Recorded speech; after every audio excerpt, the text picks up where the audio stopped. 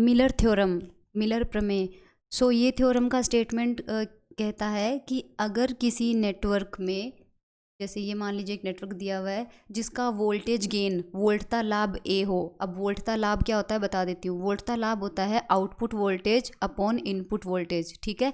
ये इसका voltage gain होता है, इसको ए से डिनोट करते हैं। ये अपन आगे पढ़ेंगे जब अपन एम्पलीफायर पढ़ेंगे तो वोल्टता लाभ जिसका ए हो, ऐसे किसी सर्किट में अगर एक इनपुट टर्मिनल और एक आउटपुट टर्मिनल के बीच में कोई प्रतिबाधा Z जुड़ी हुई हो तो उस सर्किट को रिप्लेस किया जा सकता है ऐसे सर्किट से जिसमें वो जो इम्पीडेंस है Z उसको हटा के दो अलग अलग इम्पीडेंस लगा सकते हैं, जिनमें से एक केवल इनपुट पे होगी और एक केवल बिल्कुल आउटपुट पे होगी। यानी ये एक Z इम्पीडेंस दो इम्पीडेंसेस के इक्विवेलेंट होगी, जिनमें से एक इनपुट पे होगी और एक आउटपुट पे होगी, और इस इनपुट की वैल्यू होगी ये और आउटपुट की वैल्यू होगी ये, ठीक है। तो मतलब ये थ्योरम ये कहती है कि किसी 4 टर्मिनल नेटवर्क के इनपुट आउटपुट के बीच में अगर कोई इम्पीडेंस Z है तो ये इम्पीडेंस एक इनपुट इम्पीडेंस, ये एक इनपुट इम्पीडेंस Z इनपुट और एक आउटपुट इम्पीडेंस Z आउटपुट दोनों के इक्विवेलेंट होती है। इस इफेक्ट को बोलते हैं मिलर इफेक्ट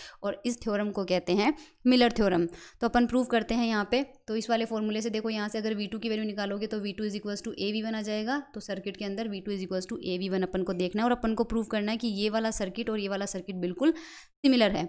तो सबसे पहले अपन फर्स्ट वाले सर्किट को ही लेके चलते हैं, यानी इस वाले सर्किट को लेके चलते हैं। तो V2 इक्वल टू AV1 अपन को गिवन है। अब सबसे पहले यहाँ पर देखो ये I1, ठीक है, ये I1 यहाँ पे एंटर हो रहा है और ये Z में से गुजर रही है, ठीक है। और Z के दोनों साइड का पोटेंशियल डिफरेंस कितना है। अब Z के लेफ्ट साइड का पोटेंशियल कितना है V1 और Z के राइट साइड का पोटेंशियल कितना है V2। तो I1 के साइड से देखेंगे तो पोटेंशियल डिफरेंस कितना हो जाएगा V1 माइनस V2। तो पोटेंशियल डिफरेंस हो गया V1 माइनस V2 और प्रतिरोध कितना हो गया Z। तो दोनों का रेशियो क्या हो जाएगा करंट। अब हमें पता है V2 इक्वल टू AV1 है, तो इस V2 की जगह पुट कर देंगे AV1। दोनों में से V1 कॉमन ले लेंगे तो 1 माइनस A आ जाएगा। इस 1 माइनस A को बिल्कुल नीचे भेज देंगे Z के भी, तो ऐसे लिख सकते हैं। और यहाँ से ये टर्म हो जाएगा Z इनपुट। क्यों होगा, क्योंकि हम जानते हैं कि Z इनपुट होता है input potential upon input current. Input potential होता है V1, इनपुट करंट होती है I1।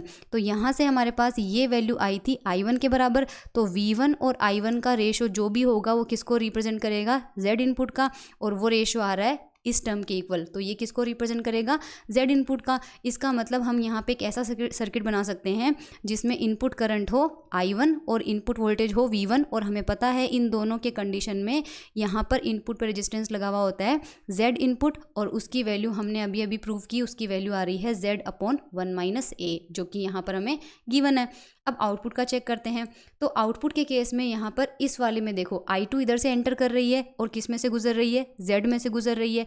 I2 के एक साइड का वोल्टेज है V2 और I2 के दूसरे साइड का वोल्टेज है V1, ठीक है। तो पोटेंशियल डिफरेंस कितना हो जाएगा V2 माइनस V1, और किस में से होकर गुजर रही है Z में से होकर गुजर रही है। अब हमें पता है कि V2 is equals to AV1 था, तो यहाँ से V1 की वैल्यू निकालेंगे तो कितना हो जाएगा V2 अपॉन A। तो इस V1 की जगह आ जाएगा V2 अपॉन A। दोनों में से एलसीएम ले लेंगे हम, यहाँ पर एलसीएम कितना आ जाएगा A, और V2 कॉमन ले लेंगे तो कितना आ जाएगा A minus 1 V2 upon AZ आ जाएगा। इस A माइनस V1 को नीचे भेज देंगे तो हमें मिल जाएगा ये, और ये वैल्यू किसके बराबर है I2 के। और हम जानते हैं कि Z आउटपुट कितना होता है output voltage upon output current, जबकि इस फॉर्मूले से V2 और I2 का रेशियो आ रहा है ये। तो ये किसको रिप्रेजेंट करेगा Z आउटपुट को। तो यहाँ पर अपन क्या कर सकते हैं कि इस सर्किट की बजाय यहाँ पर इस Z को हटा के दो प्रतिबाधाएं लगा सकते हैं, जिनमें से एक केवल इनपुट टर्मिनल के बीच में होगी और एक केवल आउटपुट टर्मिनल के बीच में होगी, और उन दोनों का मान इन दोनों फॉर्मूले से गिवन होगा, और यही मिलर थ्योरम है।